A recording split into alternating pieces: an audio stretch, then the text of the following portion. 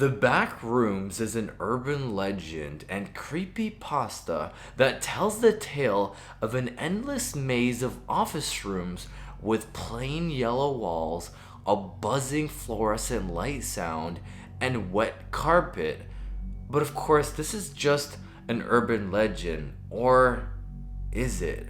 Well, in tonight's video, I'm going to be telling you two true haunted stories that are all based on real life about the back rooms, and each story is going to be creepier than the next story. Maybe the back rooms is all just an urban legend, or maybe the reason that these stories resonate with us so much is because we have all actually been there at one point in our life through our dreams or other memories that we don't remember. Let's see how many of you are brave enough to stick around till the end of the video by hitting that like button.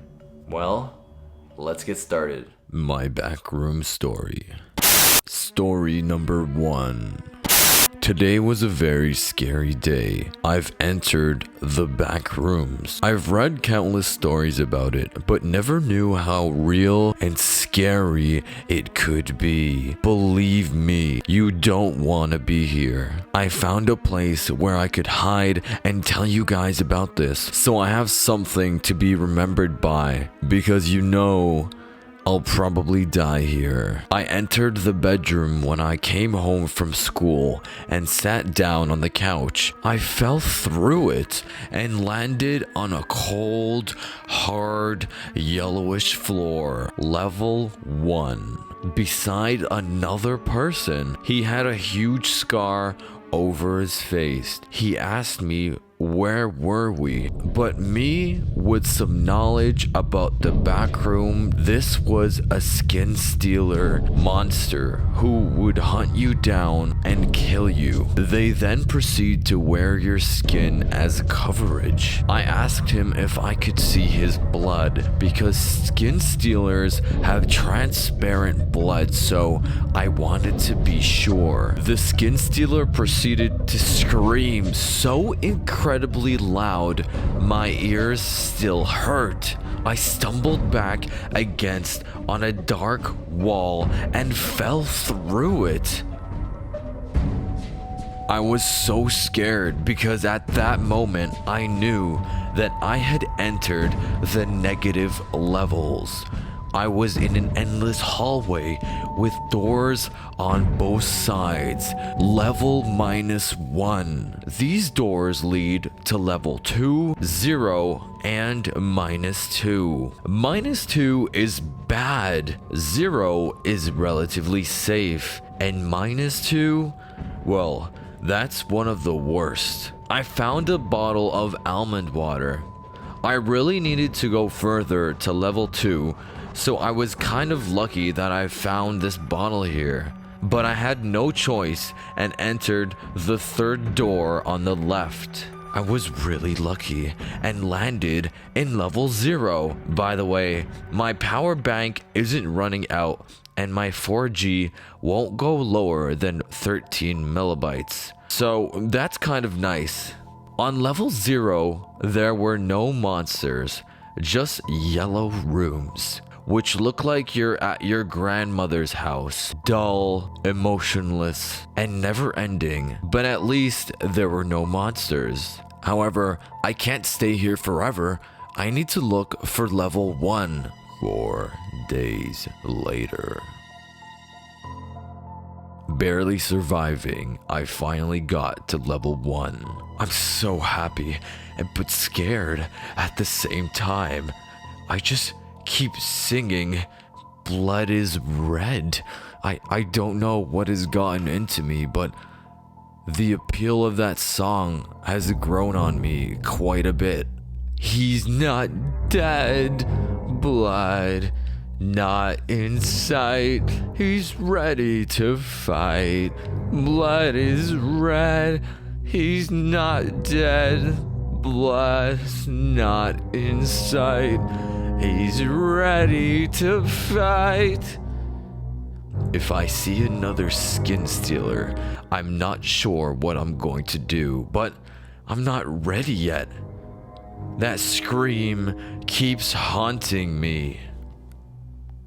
I found stairs that lead me down to level 2, a level with a lot of monsters and maybe even worse. It gets into your head. It's like the level was alive, creeping up to you, hating you, whispering to you, slowly crawling underneath your skin until you lose complete sanity and you become a part of the level. Now keep in mind, it's been 4 days. I'm exhausted. I have no water. I feel dizzy. My feet smell. Everything around me is moist. I think I'm growing an infection on my leg and I'm starting to develop a fever. Luckily, I still have that almond water that I found on level -1. Even though it smelt a little funky, I had no other choice but to keep drinking it. If I ever get out, I'll never be the same. Level 2 scarred me. Of course, I had to find a Oh, wait, I forgot to tell you how this level looks. Level 2 is an empty level with tunnels, with pipes. What was I saying? Sorry, I'm running out of almond water, so I'm going a bit crazy. Oh yeah, I had to wander into Candle Striker, a faceless woman, and she was floating 30 centimeters above the ground. And she always handles a candle, hence the name. I saw her from the back and wasn't sure what she would do, so I slowly walked up to her. Big mistake.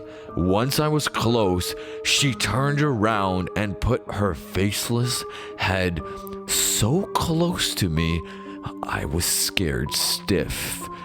Also, a big mistake. She hit me with her candle on my left upper arm, and from there, I don't remember anymore. All I know is that I felt my flesh rotting away while I was running for my life. I don't remember for how long or how far I ran, but when I looked at my arm, it was almost all rotten away, as if some type of infection had completely eaten up my arm to the point where it was not recognizable anymore. Great, just what I needed. A quick look at the wiki told me that I had to use my precious almond water, hence I'm running short of it. When I put some of the almond water on my arm, it started to regrow, but the water was gone. I mean, I guess it was a good trade. Some almond water for my arm? Wait a minute, what am I talking about? How did my arm just disappear like that? Am I just imagining things? Was the candle lady even real? Is this just the level getting to my head? I wasn't sure what to think anymore, but at least my arm looked normal again, right? I had to use half the bottle, which meant I had 5 hours to get out of this level. I ran as hard as I could for about 4 hours when I found an unlocked door leading to level 4. A pretty peaceful layer, and now I'm searching for almond water, which can be found in the fountains. Luckily, I found this really rare bottle because, well, it came very handy. Day 8. It's been 4 days since I've written. Let me explain why it took so long to be able to document. To be honest, I didn't even think I would make it this far into the story. I thought, well, for sure I would be gone by now. Level 4 took really long. Once I had found a fountain for almond water, I walked for 12 hours in this empty apartment complex. It's by far the most unsettling level. There's nothing like it. Literally nothing here until I found a hound. I thought it was just a dog and I was confused. What is a dog doing here in the back rooms? Until it turned around. I totally forgot about the skin stealer and candle striker because this was much worse. This was like a dog-like human or a human-like dog? I'm not sure, but I hate thinking about it. It's like a human in the shape of a dog or something like that. It attacked me immediately when it saw me. It bit my upper thigh. Ow! I wanted to scream, but didn't want to attract more entities. Have you ever been in so much pain, but were too afraid to express how much pain you've been in fear that you'll attract something even worse? Instead, I clenched my lip a bit too hard because it started bleeding, but that didn't matter. The hound did not let me go, so I started hitting him. He still didn't let me go. Granted, I was really weak at this point, only having almond water in the last 8 days. So I kept hitting him for full rage mode until the dog finally gave up and passed away. I killed it with my bare hands. Blood was all over me and I didn't know what to do. Its fluids were all over me and I didn't know what to do. I spilled the almond water over my leg, but had to make the trip back to get new water for the new level. Another 12-hour walk. I was not looking forward to it, but I knew it had to be done. And I walked another 16 hours to find another level. Once I got there, it was the worst level. You won't be hearing from this human anymore. Wow, you made it this far. I'm proud of you. So, what did you think? Was that story real or was it fake? What do you think makes this story real? What do you think makes it fake? Well, the next story is even creepier. Here we go. Story number 2. My real story of Backrooms? I've seen this meme on a meme page on my social network, but I did not take it serious. I've never taken things like this serious. I just like to read something creepy from time to time, but I'm a skeptic. Tonight, about 10 minutes ago, I finished watching about Backdoor on YouTube and I came to a realization. I was there before I knew about it. Side note, I'm a pro dreamer. I can experience a wholesome dream for about 5 minutes between alarms. I can even manipulate my dreams sometimes. It was in a dream. Around 2 months ago, the back room is a dream reality. I just appeared in there. The whole place was not yellow, but it was white. Lamps everywhere too. It was full of bookshelves. Eventually, my friend was there too. At least it looked like my friend.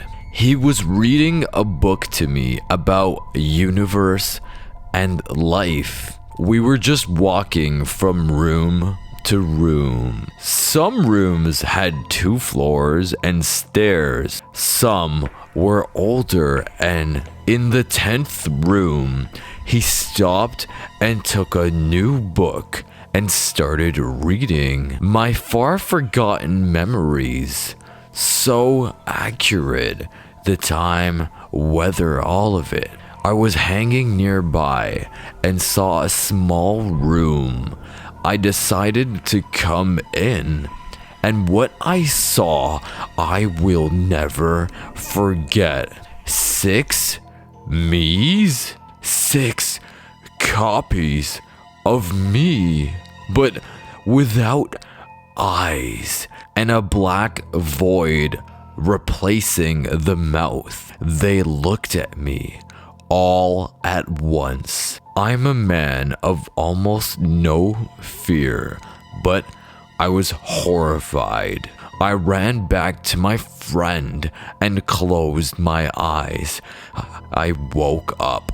These were my back rooms. Back rooms, but from the real dream, or maybe dreams are something more. I cannot know now, since how specific this dream was, how it looked like the back doors. Beware, if you come up with being there, do not leave your guide.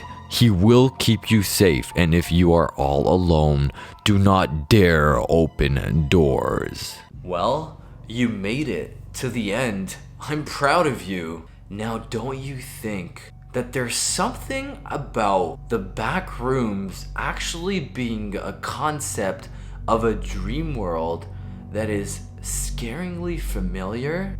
I mean, it almost feels like I was at some point in a lucid dream that seemed very close to the back rooms. Do you think maybe that's how the story originated? Or do you think these stories are just crazy? Let me know in the section down below, because I read all of your comments. If you want to see more story time videos, make sure you subscribe to my channel, turn that post notification bell on, so when I upload more videos, you don't miss out. Thank you for hitting that like button. I look forward to reading all of your comments, and I'll see you in the next video. Unless, that is, you get stuck in the back rooms.